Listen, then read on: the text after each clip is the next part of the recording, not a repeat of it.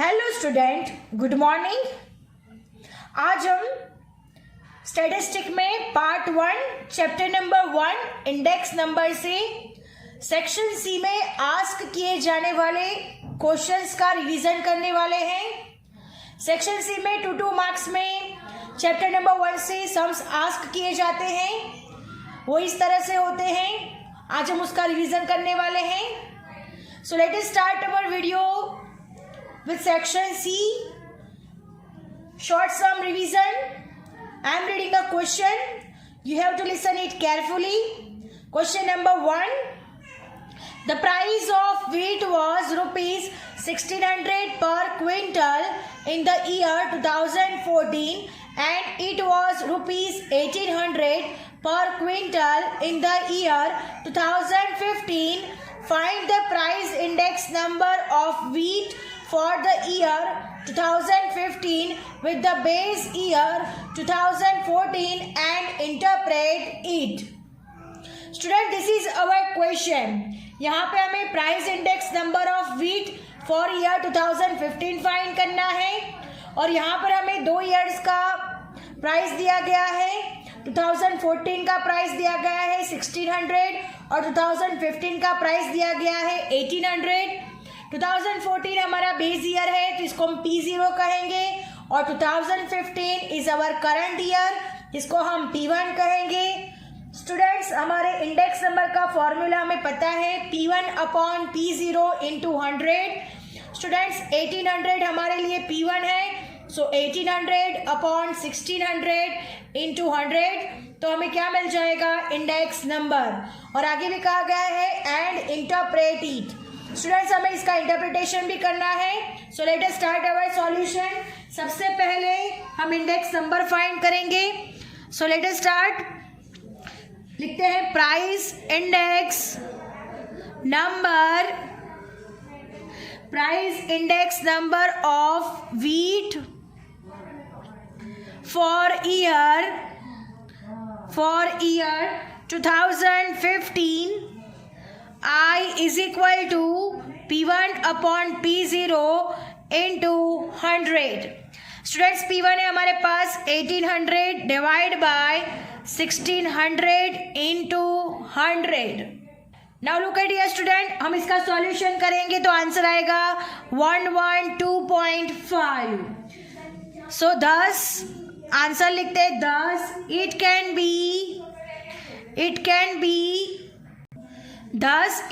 be said that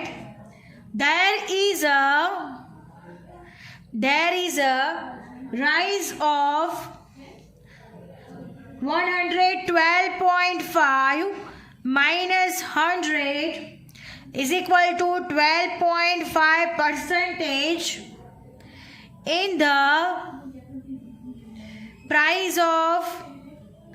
the price of wheat per quintal in the year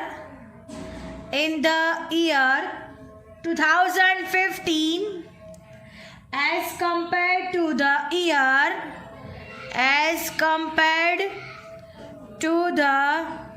year 2016.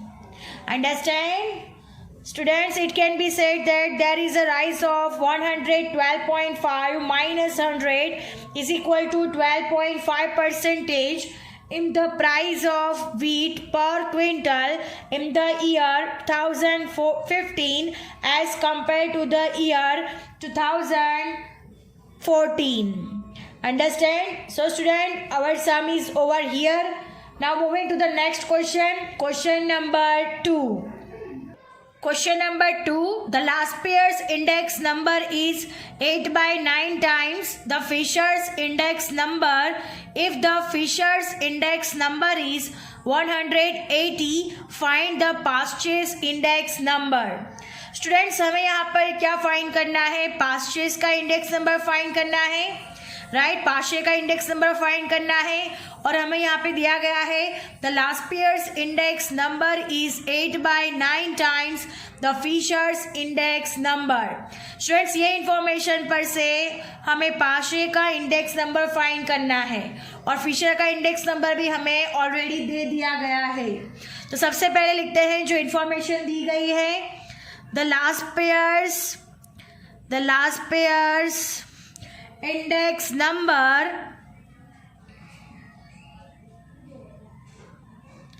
is 8/9 times the Fisher's index number. Understand?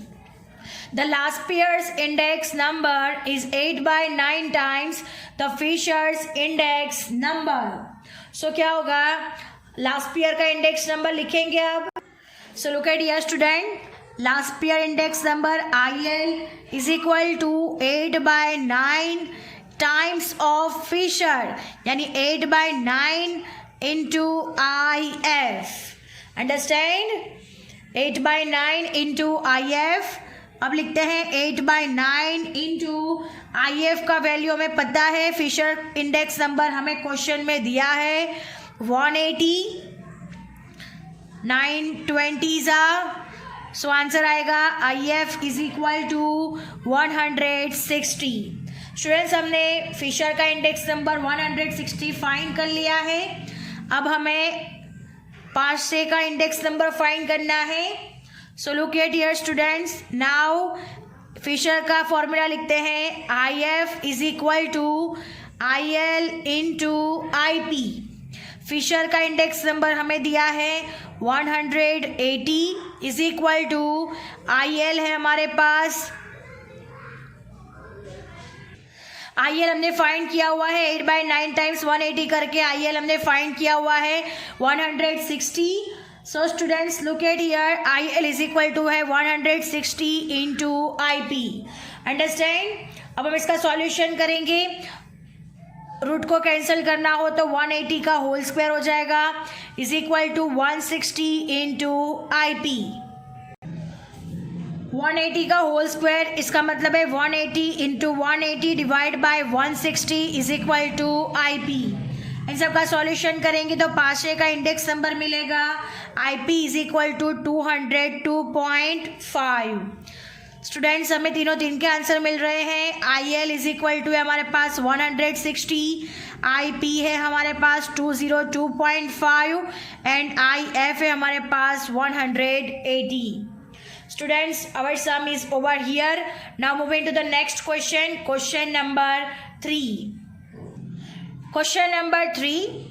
The production of an item in the year 2015 has increased by 3 times the production in the base year. Find the index number of production for the year 2015. Students, यहाँ पर हमें production दिया गया है, right, और कहा गया है कि consider the index number of the year. हमें यहाँ पे क्या करना है कि जो बेस ईयर है उसका हम बेस ईयर का जो इंडेक्स नंबर है वो हम 100 कंसीडर करेंगे और फिर the production has increase by 3 times in the 2015, right. और यहाँ पे कहा गया है कि the production of an item in the year 2015 has increase by 3 times the production in the year base year. तो बेस ईयर को हम 100 अज्यूम करेंगे, कंसीडर 100 करेंगे और फिर हम इसका सम काउंट करेंगे। सबसे पहले लिखते हैं consider the index number, consider the index number of the base year as 100, right. हमने बेस ईयर 100 कंसीडर किया है and the next the production has increased by 3 times, production 3 times से इंक्रीज हो रहा है and the year 2015. Understand? So next, production index number of year 2015 जो हमें find करना है, जहाँ पे हम लिखेंगे index number of base year plus increase in index number in current year.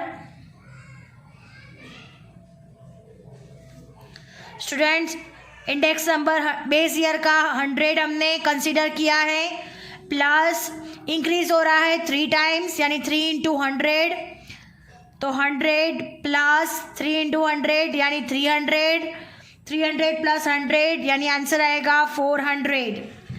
So student, production index number of the year 2015 is equal to 400. तो answer लिखते हैं production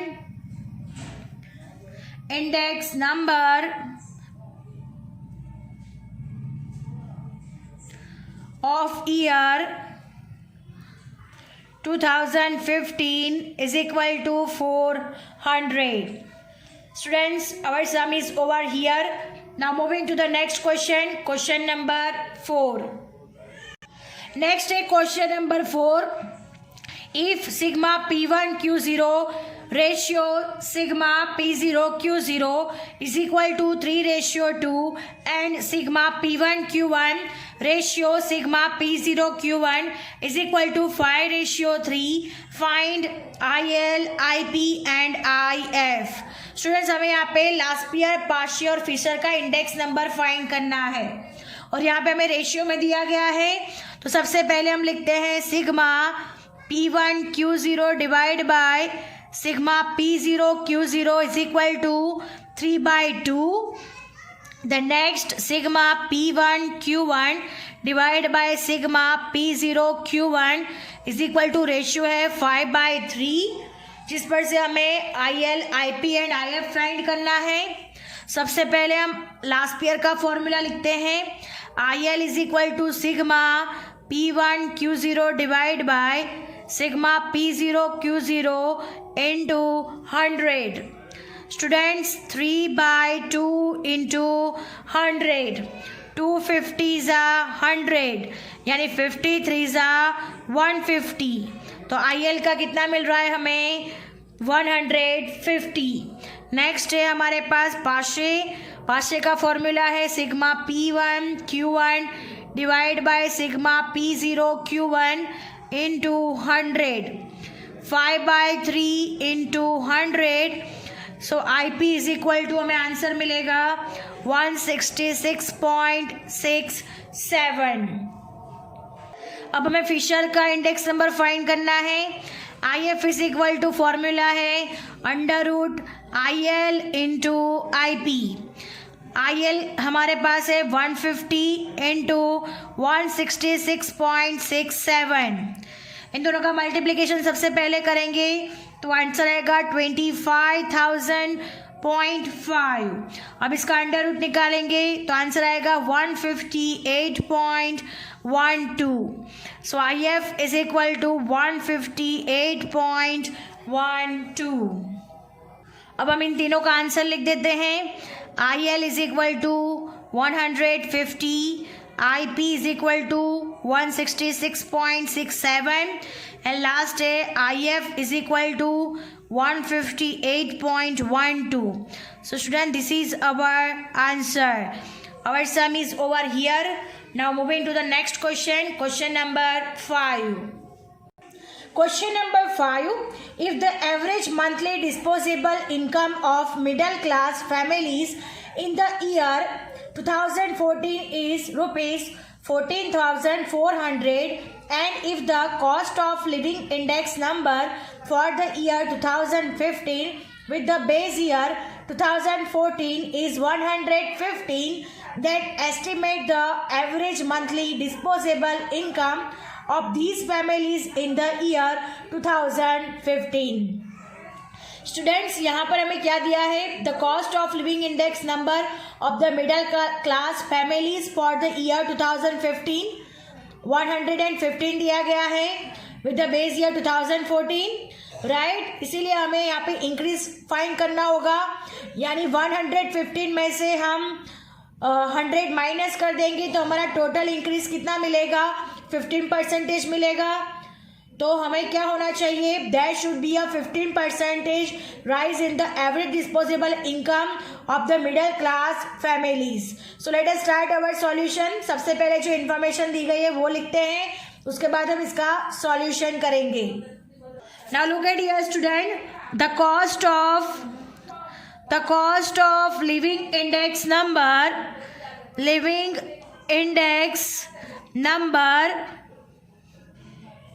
of the middle class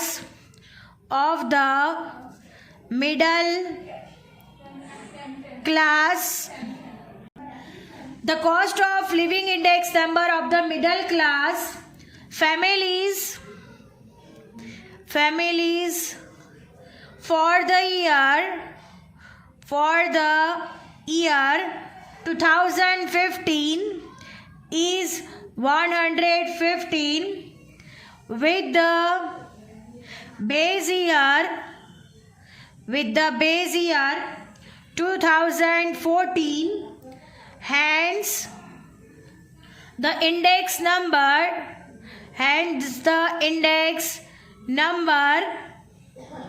has increased by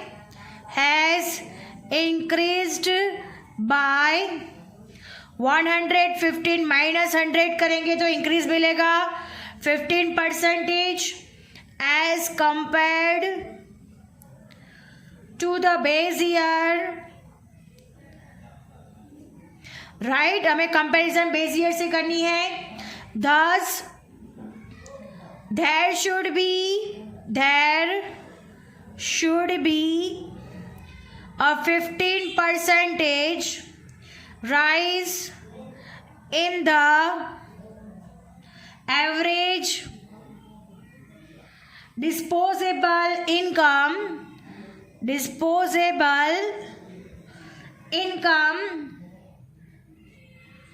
of these families in the year 2015 should be कितनी होनी चाहिए, right. अब हम उसकी average disposable income find करेंगे. तो अब यहाँ पे लिखते हैं step. Look at here student, average disposable monthly disposable income of the families is equal to 14,400 plus 14,400 15% increase करनी है इंटू 15%, राइट. बिकॉज हमें कहा गया है कि 14,400 में 15% इंक्रीज है. तब लिखेंगे 14,400 प्लस 14,400 इंटू 15%, जिसका आंसर आएगा 2160. इन दोनों का प्लस करेंगे तो आंसर आएगा 16,560.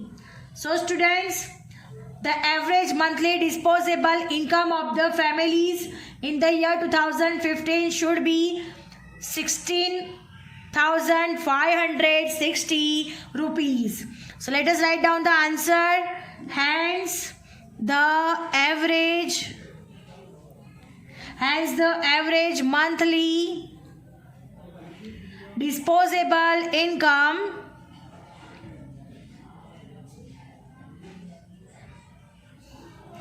of these families of these families in the year 2015 should be